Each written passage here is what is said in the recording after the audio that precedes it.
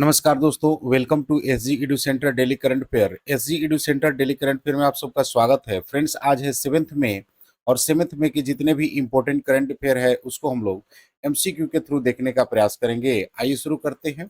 आज का पहला हेडिंग्स है कि एशियाई विकास बैंक एडीबी की 58वीं वार्षिक बैठक की शुरुआत मिलान में हुई। सेकेंड है कि सिंगापुर के प्रधानमंत्री के रूप में लॉरेंस वोग फिर से निर्वाचित हुए। थर्ड है डीआरडीओ ने स्ट्रेटोस्फेरिक एयरशिप प्लेटफॉर्म का पहला सफल परीक्षण किया। फोर्थ है अंगोला हाल ही में इंटरनेशनल सोलर अलायंस का 123वां सदस्य बना। फिफ्थ है भारत बना जीनोम संपादित चावल की किस्म विकसित करने वाले दुनिया का पहला देश। सिक्स्थ है कि एआईएफएफ अवार्ड 2024-25 सुभाषित बोस और सौम्या गुगु लोथ बने सर्वश्रेष्ठ पुरुष और महिला खिलाड़ी। सेवेंथ है ईसीआई नेट ऐप भारत निर्वाचन आयोग द्वारा लॉन्च किया जाएगा एकीकृत प्लेटफॉर्म। एट्थ है कि कल्याण चालुक्य काल के लकुंडी क्षेत्र के स्मारक कर्नाटक राज्य से यूनेस्को की अंतिम सूची में शामिल किए जाने का प्रस्ताव। भारत का पहला गोल्ड मेल्टिंग एटीएम हाल ही में हैदराबाद में लॉन्च किया गया। टेंथ है कि यूएई अपने सभी सरकारी स्कूलों में आर्टिफिशियल इंटेलिजेंस को अनिवार्य विषय बनाएगा। फ्रेंड्स, आज का कोटेशन है कि वो सपने ही सच होते हैं जो तुम्हें जगा देते हैं, इसलिए उठो और उन्हें हकीकत बना दो। यानी the dreams that come true are the ones that wake up you, so rise and make them real. Friends, हम लोगों ने 6 मई के जितने भी इंपॉर्टेंट करंट अफेयर देखे थे उसको शॉर्टली में रिवाइज कर लेते हैं कि एंथनीज अल्बानीज किस देश के प्रधानमंत्री के रूप में दूसरा कार्यकाल जीता? तो ऑस्ट्रेलिया। योग महोत्सव 2025 का आयोजन 2 मई 2025 को किस राज्य या केंद्र शासित प्रदेश में किया जाएगा? तो नासिक में। जिनेवा में हाल ही में आयोजित बेसल, रॉटरडैम्स और स्टॉकहोम कॉप कन्वेंशन की बैठक में भारत ने स्टॉकहोम कन्वेंशन के अनुच्छेद ए में किस कीटनाशक को शामिल किए जाने का विरोध किया है? तो क्लोरोफायरिस। कौन सा राज्य जहाजों के लिए एक समर्पित नीति लाने वाला पहला राज्य बना है? तो महाराष्ट्र। राष्ट्रीय ई गवर्नेंस सम्मेलन का 28वां संस्करण कहाँ आयोजित किया जाएगा? तो विशाखापट्टनम, आंध्र प्रदेश में। हाल ही में किस देश ने ट्रांसजेंडरों को महिला क्रिकेट से प्रतिबंधित किया है? तो यूनाइटेड किंगडम। मई 2025 में अनुमान नहीं होगा, यहाँ प्राक्कलन समिति के नए अध्यक्ष के रूप में किसे नियुक्त किया गया है? तो संजय जायसवाल को। हाल ही में भारत ने पाकिस्तान की ओर जाने वाली पानी किस नदी पर बने बेगलिहार डैम से रोक दिया है? तो चेनाब नदी से। हाल ही में भारत ने इगला एस मिसाइल प्रणाली किस देश से खरीदी है? तो रसिया से। ऑपरेशन हॉक 2025 में किस एजेंसी द्वारा शुरू किया गया था? तो सीबीआई के द्वारा। फ्रेंड्स, आज का पहला क्वेश्चन है कि एशियाई विकास बैंक एडीबी की 58वीं वार्षिक बैठक की शुरुआत कहाँ हुई? यानी where did the 58th annual meetings of the ADB being? Option A Milan, option B New York, option C Manila और ऑप्शन डी पेरिस। तो इसका सही आंसर फ्रेंड्स की मिलान। यानी एशियाई विकास बैंक एडीबी की 58वीं वार्षिक बैठक की शुरुआत मिलान में हुई। फ्रेंड्स, चूंकि एडीबी है, देख लेते हैं एडीबी के बारे में कुछ इंपॉर्टेंट इंफॉर्मेशन। इसकी स्थापना जो है वो 1966 में हुआ था। इसका मुख्यालय मनीला यानी फिलीपींस में है। सदस्यता की बात करें तो इसके 68 देश है। इनमें से एशिया प्रशांत क्षेत्र के साथ साथ अमेरिका, ब्रिटेन और जर्मनी जैसे गैर एशियाई देश भी शामिल हैं। इसका मुख्य उद्देश्य है कि एशिया और प्रशांत क्षेत्र में आर्थिक और सामाजिक विकास को बढ़ावा देना। इसके लिए एडीबी ऋण, अनुदान, तकनीकी सहायता और निवेश प्रदान करता है। मुख्य कार्य क्षेत्र की बात करें तो गरीबी उन्मूलन, आधारभूत संरचना का विकास करना, जलवायु परिवर्तन से निपटना, शिक्षा और स्वास्थ्य, लैंगिक समानता, क्षेत्रीय सहयोग और एकीकरण है। वित्त पोषण यानी विकासशील सदस्य देशों को एडीबी कम ब्याज दर पर ऋण और अनुदान प्रदान करता है। यह सरकारों और निजी क्षेत्र के साथ मिलकर काम करता है। नेतृत्व की बात करें तो 2025 तक वर्तमान में जो इसके अध्यक्ष है मासोतो कांडा है, जो कि जापान के हैं। इसका कार्यकाल आमतौर पर 5 वर्ष का होता है। प्रमुख पहल भी इसने एडीबी ने उठाया है, जिसमें से जलवायु वित्त पोषण, खाद्य सुरक्षा, डिजिटल अवसंरचना और हरित ऊर्जा परियोजना शामिल है। फ्रेंड्स, इसका जो थीम है अनुभव साझा करना, भविष्य का निर्माण करना है। एडीबी ने खाद्य सुरक्षा पहल को 14 अरब डॉलर यानी 2022 से बढ़ाकर 2026 और 30 के लिए 40 अरब डॉलर कर दिया है। प्राकृतिक पूंजी कोष की बात करें तो 150 मिलियन अमेरिकन डॉलर का नया कोष शुरू किया गया है, जो प्राकृतिक संसाधनों जैसे टिकाऊ कृषि और जलवायु अनुकूलन पर केंद्रित है। निजी क्षेत्र का विकास की बात करेंगे तो एशिया और प्रशांत क्षेत्र में निजी क्षेत्र की भूमिका को बढ़ावा देना और सहयोग के लिए बहुपक्षीय विकास बैंकों के प्रयासों पर चर्चा हुई है। नेक्स्ट क्वेश्चन है कि सिंगापुर के प्रधानमंत्री के रूप में किसे पुनः चुना गया है, यानी who has been re-elected as the prime minister of Singapore. Option A Lawrence Wong, option B Anthony Albanese, option C Keir Starmer और ऑप्शन डी बेंजामिन नेतन्याहू। तो इसका सही आंसर है फ्रेंड्स कि लॉरेंस वोंग को जो है Singapore के प्रधानमंत्री के रूप में दोबारा से नियुक्त कर लिया गया है। देख लेते हैं इसके कुछ एडिशनल इंफॉर्मेशन को कि हाल ही में सिंगापुर में आम चुनाव यानी 3 मई 2025 को संपन्न हुआ, जिसमें सत्तारूढ़ पीपुल्स एक्शन पार्टी पीएपी ने भारी जीत दर्ज की है। प्रधानमंत्री लॉरेंस बोग ने पीएपी का नेतृत्व करते हुए 97 में से 87 सीटें जीती हैं, जिससे उन्हें फिर से प्रधानमंत्री बनने का जनादेश मिला हुआ है। लॉरेंस बोग ने मई 2024 में ली सिन लुंग के बाद प्रधानमंत्री पद संभाला था। यह उनका बतौर प्रधानमंत्री पहला आम चुनाव था। पीएपी को इस चुनाव में 65.57% वोट मिले, जो पिछले चुनाव 2020 से अधिक हैं। नेक्स्ट क्वेश्चन है कि स्ट्रेटोस्फेरिक एयरशिप प्लेटफॉर्म के पहले सफल परीक्षण का संचालन किस संगठन ने किया, यानी who which organize conduct the first successfully test to the stratospheric airship platform. Option A Agnikul Cosmos, option B ISRO, option C DRDO और ऑप्शन डी हॉल एचएएल। तो इसका सही आंसर फ्रेंड्स के डीआरडीओ ने स्ट्रेटोस्फेरिक एयरशिप प्लेटफॉर्म के पहले सफल परीक्षण का संचालन किया है। देख लेते हैं इसके कुछ एडिशनल इंफॉर्मेशन को कि रक्षा अनुसंधान और विकास संगठन यानी डीआरडीओ ने 3 मई 2025 को मध्य प्रदेश के श्योरपुर परीक्षण स्थल से स्ट्रेटोस्फेरिक एयरशिप प्लेटफॉर्म का पहला सफल परीक्षण किया है। यह एयरशिप आगरा स्थित aerial delivery research and development establishment यानी एडीआरडीई द्वारा विकसित किया गया है। परीक्षण के दौरान एयरशिप लगभग 17 किलोमीटर की ऊंचाई तक पहुंचा और 62 मिनट तक उड़ान भरी है।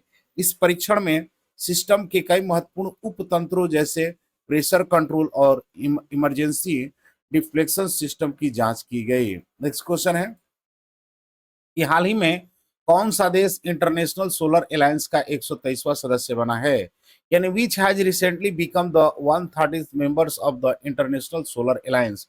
Option A Angola, option B Kenya, option C Uganda और ऑप्शन डी नामीबिया। तो इसका सही आंसर है फ्रेंड्स कि अंगोला जो है इंटरनेशनल सोलर अलायंस का 123वां सदस्य बना है। देख लेते हैं इसके कुछ एडिशनल इंफॉर्मेशन को कि अंगोला ने international solar alliance framework agreement पर हस्ताक्षर कर हाल ही में इसका 123वां सदस्य देश बनने का गौरव प्राप्त किया है। यह ऐतिहासिक समझौता अंगोला के राष्ट्रपति जो आओ मैनुअल गोकाल्वेस लॉरेंस की भारत यात्रा के दौरान 3 मई 2025 को नई दिल्ली में हुआ था। इंटरनेशनल सोलर अलायंस एक अंतर सरकारी संगठन है जिसकी स्थापना 2015 में भारत और फ्रांस ने मिलकर की थी। इसका उद्देश्य सौर ऊर्जा के उपयोग को बढ़ावा देना है। अंगोला की सरकार ने अपने देश में नवीकरणीय ऊर्जा के हिस्से को बढ़ाने के लिए सौर ऊर्जा परियोजनाओं का विस्तार करने पर योजना बनाई है। नेक्स्ट क्वेश्चन है कि दुनिया में पहला जीनोम संपादित चावल विकसित करने वाला देश कौन सा बना है, यानी which country has become the first in the world to develop genome edit rice varieties. Option A China, option B America, option C India और ऑप्शन डी जापान। तो इसका सही आंसर फ्रेंड्स कि इंडिया जो है दुनिया में पहला जीनोम संपादित चावल विकसित करने वाला देश बन गया है। देख लेते हैं इसके कुछ एडिशनल इंफॉर्मेशन को कि भारत हाल ही में जीनोम संपादित चावल किस्में विकसित करने वाला दुनिया का पहला देश है। भारतीय कृषि अनुसंधान परिषद यानी आईसीएआर के तहत हैदराबाद स्थित Indian institute of rice research और नई दिल्ली स्थित भारतीय कृषि अनुसंधान संस्थान ने मिलकर 2 नई किस्में विकसित की है। DRR धन 100 यानी कमला, उषा DST राइस 1। ये किस्में CRISPR कैश तकनीक से विकसित की गई है और इनमें किसी भी विदेशी डीएनए यानी फॉरेन डीएनए का समावेशन नहीं हुआ है, इसलिए ये जीनोम फसल नहीं है। इन किस्मों से चावल का उत्पादकता में फ्रेंड्स 25 से 30% तक की वृद्धि होगी और पानी की आवश्यकता और जलवायु के अनुकूल संभव होगा। नेक्स्ट क्वेश्चन है कि all India football federation awards 2024-25 में सर्वश्रेष्ठ पुरस्कार और महिला खिलाड़ी के रूप में किसे चुना गया है, यानी which has been the selected as the best male and female players in the all India football federation award 2024-25। Option A Jordans Murray और पूजा मोंगिया, ऑप्शन बी मनीष यादव और शीतल यादव, ऑप्शन सी सुभाष शीश बोस और सौम्या गुगलोत और ऑप्शन डी सुनील छेत्री और ऐश्वर्या अग्रवाल। तो इसका सही आंसर फ्रेंड्स कि सुभाषिस बोस और सौम्या गुगलेथल को ऑल इंडिया फेडरेशन अवार्ड 2024-25 में सर्वश्रेष्ठ पुरुष और महिला खिलाड़ी के रूप में चुना गया है। फ्रेंड्स इसका आयोजन आपको उड़ीसा के भुवनेश्वर में किया गया था। देख लेते हैं इसके कुछ एडिशनल इंफॉर्मेशन को कि all India football federation award 2024-25 Subhashis Bose को सर्वश्रेष्ठ पुरुष खिलाड़ी और सौम्या गुगुलोत को सर्वश्रेष्ठ महिला खिलाड़ी चुना गया है। सुभाष बोस मोहन बगान सुपर जायंट के कप्तान और डिफेंडर हैं, जिन्होंने 2024-25 सीजन में अपनी टीम को आईएसएल शील्ड और कप जिताने में अहम भूमिका निभाई। सौम्या गुगुलोत ईस्ट बंगाल एफसी की विंगर है, जिन्होंने इंडियन वीमेंस लीग जीतने में भी अपनी टीम का नेतृत्व किया और सीजन में 9 गोल किए। दोनों खिलाड़ियों की शानदार प्रदर्शन के लिए पूरे देश में सराहना की गई और ये अपने अपने राज्य से यह सम्मान पाने वाले पहले खिलाड़ी बने हुए हैं। नेक्स्ट क्वेश्चन है कि इन ईसीआई नेट ऐप एक एकीकृत प्लेटफॉर्म किस संगठन द्वारा लॉन्च किया गया। The ECI NET app a single point platform will be launch by which organisation. Option A Niti Aayog, option B ministry of information and technology, option C election commission of India और option D ministry of home affair. तो इसका सही answer friends कि आपको election commission of India ने ECI net app एक एकीकृत platform को लॉन्च किया है। देख लेते हैं इसके कुछ एडिशनल इंफॉर्मेशन को कि ईसीआई नेट ऐप एक एकीकृत डिजिटल प्लेटफॉर्म भारत निर्वाचन आयोग द्वारा लॉन्च किया जाएगा। यह ऐप 40 से अधिक मौजूदा मोबाइल और वेब एप्लीकेशन को एक ही प्लेटफॉर्म पर लाएगा, जिससे मतदाताओं, चुनाव अधिकारियों, राजनीतिक दलों और नागरिक समाज के लिए सभी चुनाव संबंधित सेवाएं एक जगह उपलब्ध होंगी। ईसीआई नेट का उद्देश्य यूजर इंटरफेस और यूजर एक्सपीरियंस को बेहतर बनाना और सेवाओं को सरल, तेज व सुरक्षित बनाना है। इस प्लेटफॉर्म की परिकल्पना मुख्य निर्वाचन आयुक्त श्री ज्ञानेश कुमार ने मार्च 2025 में उच्च आयोजित मुख्य निर्वाचन अधिकारियों के सम्मेलन में की थी। नेक्स्ट क्वेश्चन है कि लचूड़ी क्षेत्र के कल्याण चालुक्य काल के स्मारकों को यूनेस्को की अस्थायी सूची में शामिल करने का प्रस्ताव किस राज्य से है, यानी मॉन्यूमेंट शब्द कल्याण चालुक्य पीरियड शब्द लक्षकुंडी regions of which state are proposed to be included in the UNESCO tentative list। Option A Maharashtra, option B Karnataka, option C Tamil Nadu और ऑप्शन डी उत्तर प्रदेश। से इसका सही आंसर फ्रेंड्स कि कर्नाटक ने लचूड़ी क्षेत्र के कल्याण चालुक्य काल के स्मारकों को यूनेस्को की अस्थायी सूची में शामिल करने के प्रस्ताव रखा है। देख लेते हैं कर्नाटक को मैप पर। ये आपको जो है साउथ इंडिया का एक कंट्री है, साउथ इंडिया का एक स्टेट है जिसका capital Bengaluru. CM BS Yediyurappa, governor की बात करें तो थावर चंद्र गहलोत, लोकसभा की 28, राज्यसभा की 12 और स्टेट लेजिस्लेचर की बात करें तो बाइकैमरल्स हैं। देख लेते हैं इसके कुछ एडिशनल इंफॉर्मेशन को कि कल्याण चालुक्य काल 10वीं या 12वीं सदी की है कि लांकुड़ क्षेत्र के प्राचीन मंदिर और स्मारक कर्नाटक राज्य में स्थित है। कर्नाटक सरकार और भारतीय राष्ट्रीय कला एवं सांस्कृतिक धरोहर न्यास यानी इनटेक्स द्वारा इन स्मारकों को यूनेस्को की विश्व धरोहर स्थलों की अंतिम सूची में शामिल करने के लिए प्रस्ताव तैयार किया है।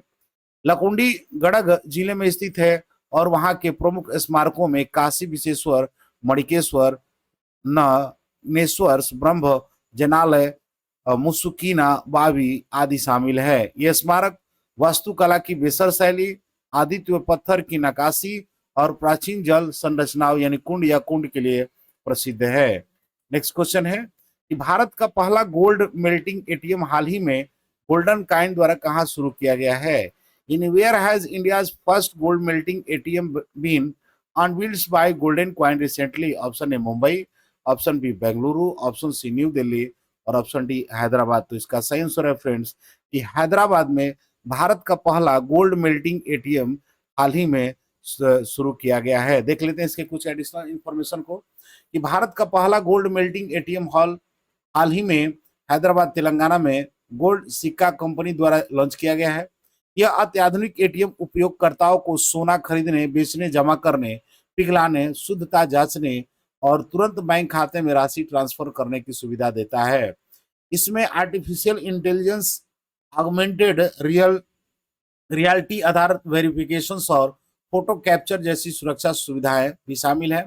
गोल्ड सिक्का ने पहले 2022 में भारत का पहला रियल टाइम गोल्ड एटीएम भी लॉन्च किया था और अब यह अगली पीढ़ी का गोल्ड मेल्टिंग एटीएम है। नेक्स्ट क्वेश्चन है और आज का अंतिम क्वेश्चन है कि कौन सा देश हाल ही में अपने सभी सरकारी स्कूलों में आर्टिफिशियल इंटेलिजेंस को अनिवार्य विषय के रूप में शामिल करेगा?